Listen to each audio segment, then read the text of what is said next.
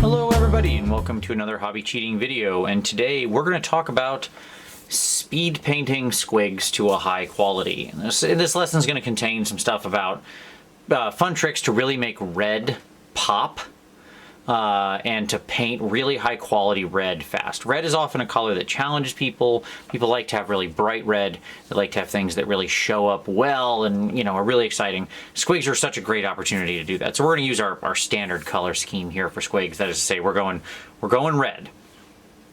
Red is the fastest color anyways. So here I have an old squig. I was very happy to see when I looked through all my stuff that I actually had a bunch of squigs. I didn't realize I had them until I went digging through in light of this this recent release. So here we've got a fun toothy fellow from the old days, and he is very metal, but that's okay. So I've primed him in the standard zenithal. Instead of just using straight dark gray as the lower part, I used the dark gray, and then I did put over just a slight sheen of purple.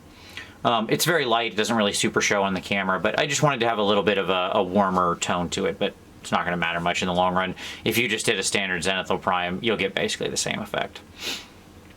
So when we look at a model like this, like a squig, it's such a great opportunity to use a lot of speed painting techniques, because one, if you've got big squig herds, you know, 24 squigs, or 24 whatever, models, 20 squigs and 4 herders or something. I don't remember how it breaks down, but point is you could have a lot of squigs in your army. We want to paint him fast, but we want him to look nice. So that's what we're going to do. So we've got him just standard zenithal. So first thing we're going to do, pachow. We're going to grab our little, I'm borrowing Uncle Adam's phrases now apparently, it's just he's in my head. Here I have some on my palette. I have some pale sand. So this is simply Vallejo model color pale sand, one of my favorite colors. If you've ever watched one of my videos, you know one of the first things we're going to do, we're going to take that, we're going to grab our nice soft makeup dry brush here, and we're going to give that squiggy a nice little dry brush. Squiggy, squiggy, squiggies love their dry brushing. Okay, easy peasy. That gives us, that pops out all those highlights and gives us some nice texture and stuff like that, where you can see how like his ears and all that stuff and his teeth all show up now. So simple and fast. All right, next up, boom, we're gonna grab some Athonian camo shade. What? But Vince, you just said we were going to paint him red. That's right. So if you remember my video where I talked about undershading green with red, this is undershading red with green. These are one of the common questions a lot of people ask in the comments was, can you do this with all the complementary colors? Like, can you undershade blue with orange and you know, yellow, purple with yellow? The answer is kind of. By the way, now we're just going to grab some of this and literally just give this guy a good solid wash.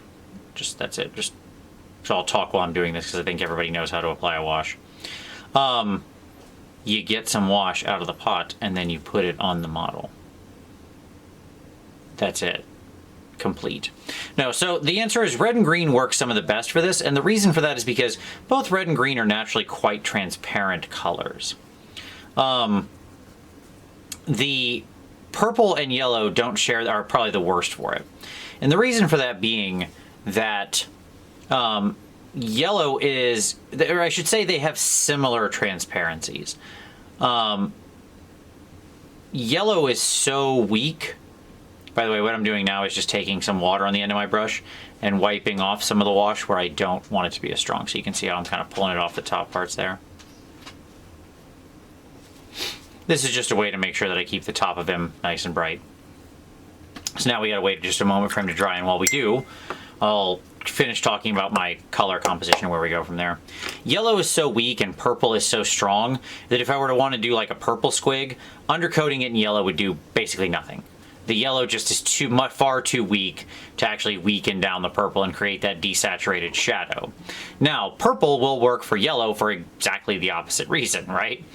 And in fact, it'll be so strong you'd have to use like a really, really, really light purple.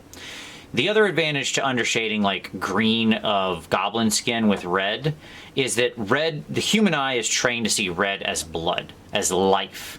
Like when you look at my hand, you recognize it as being alive because you see the pink tone to it.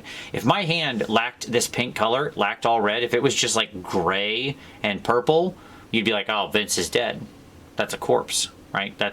We recognize like that lack of red, of life, of vitae as death. So when you put red under something green, even if the orcs don't really have red blood, it doesn't really matter. As a human being, your subconscious still does what it does, and you notice it, and you read that orc is alive, okay?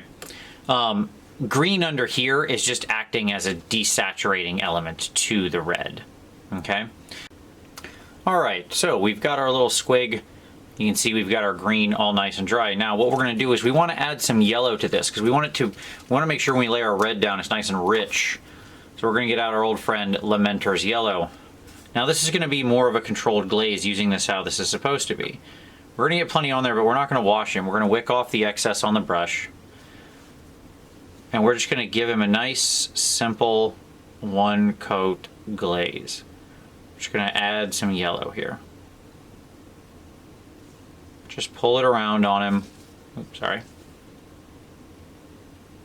It's so weak, it won't touch any of the darker colors and change anything. Right? Like this is such a weak, weak, weak glaze. We're going to avoid the teeth, stuff like that, avoid the gums. Right? And you can see how that green is still pretty strong down in the lower parts. So, nice thin layer of that on. That'll dry right real quick. Now we're going to move to reds. Now, when we talk about reds, we can do a couple different things. So, for our red options, we could start out, we could go with Bloodletter, the similar red glaze. We could go with something like Warcolor's Red Glaze, which is another great product. I really like this one. We could go with Vallejo Game Ink Red. All of these would be good possibles. You notice what ties them together is they're all like dead center reds, orange reds, sort of slightly leaning orange red, but they're very red, they're very transparent. What's really going to matter is just how we thin it. But this is real easy. Now, for our purposes today, I'm actually going to use the Warcolor's Red Glaze. So I'm just going to drop a little bit of that down here.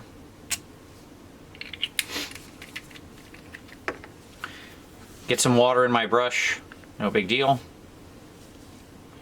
Our yellow is more or less dry. Close enough. Close enough. Get some of that. I have a moist brush, but I'm not thinning it at all. You can make a glaze out of anything. You could use it out of any red paint, and that would be perfectly fine. You could use a red ink. That would all be fine. And then I'm just going to literally paint the squig. Now, the key here is when I run this red over, because we have this yellow and green undershade, where it covers the green, it's going to turn quite dark and desaturated. Where it's on the yellow and the yellow-white, we'll get a real nice bright red.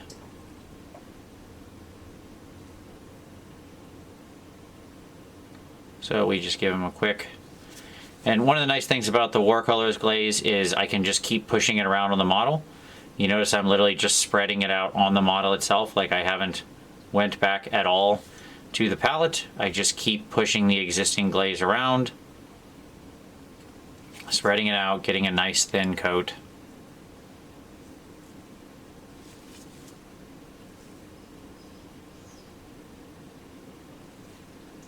Oops, I got his little toesies. His toesies aren't red.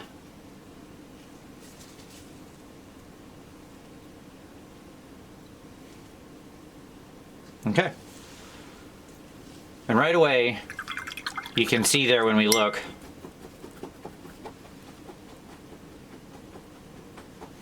there we go. You can see it'll be much more obvious once it's dry, but you can see how we've preserved our shading, right? Like right there is a really nice image because you can see in those loops, you can see how we've got this nice orange red up top. We've got a darker color here in the shadows. Everything just gets pulled right together. And in fact, because of how I did it, like I could stop there with the teeth, right? Or if I prefer, I could come in grab some of my white that's on there. Let's mix a little bit of red into that, some of our red glaze, so I get a nice pinky color. And then maybe with my pinky color, I can come in here and do some of the gums. So I can just hit those gums real quick.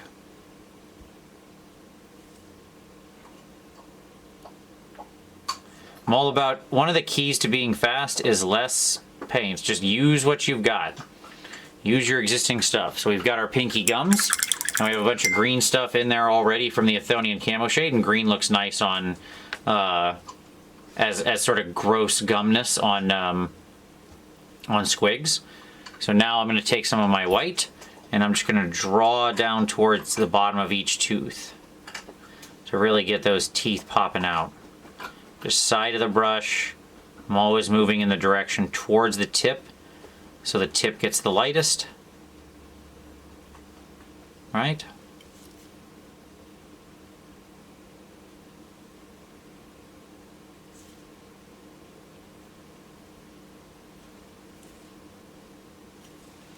And boom, I have angry squig teeth.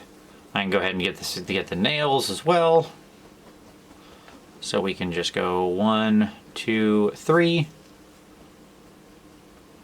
4, 5, 6. We get our little nails. Now he has his little toesies filled out.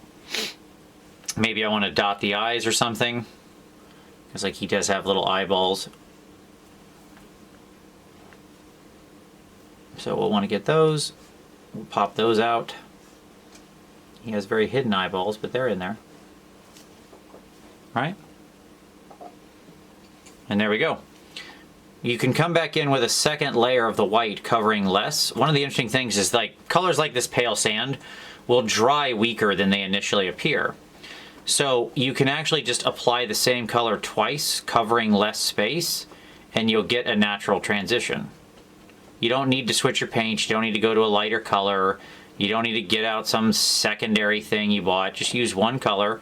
By putting it over something like what that zenithal we had with the washes, we get a natural transition. You can see there, that's all the same color paint effectively, right?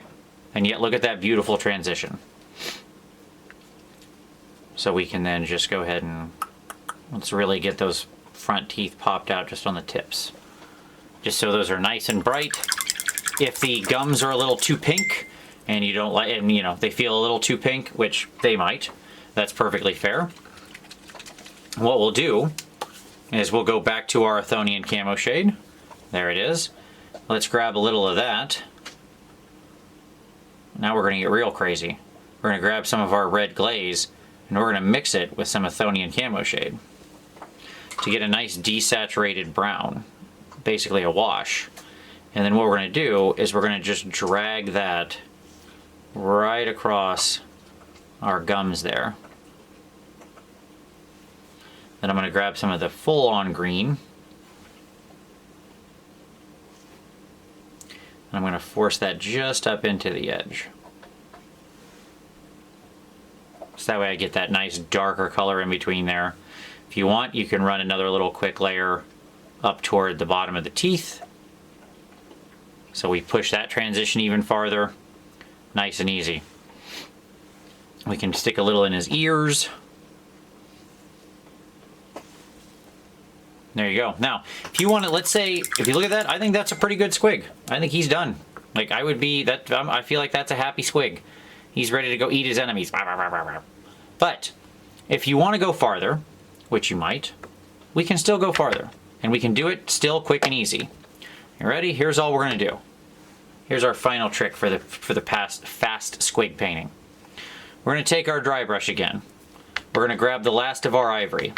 I'm doing this all with like 3 paints because to me speed is also meaning I'm not switching and hunting for 52 paints. So now I'm going to come in, and after all this I'm just going to dry brush the top of the squig. Nice soft brush, very light dry brush. Let's get those highlights popped out.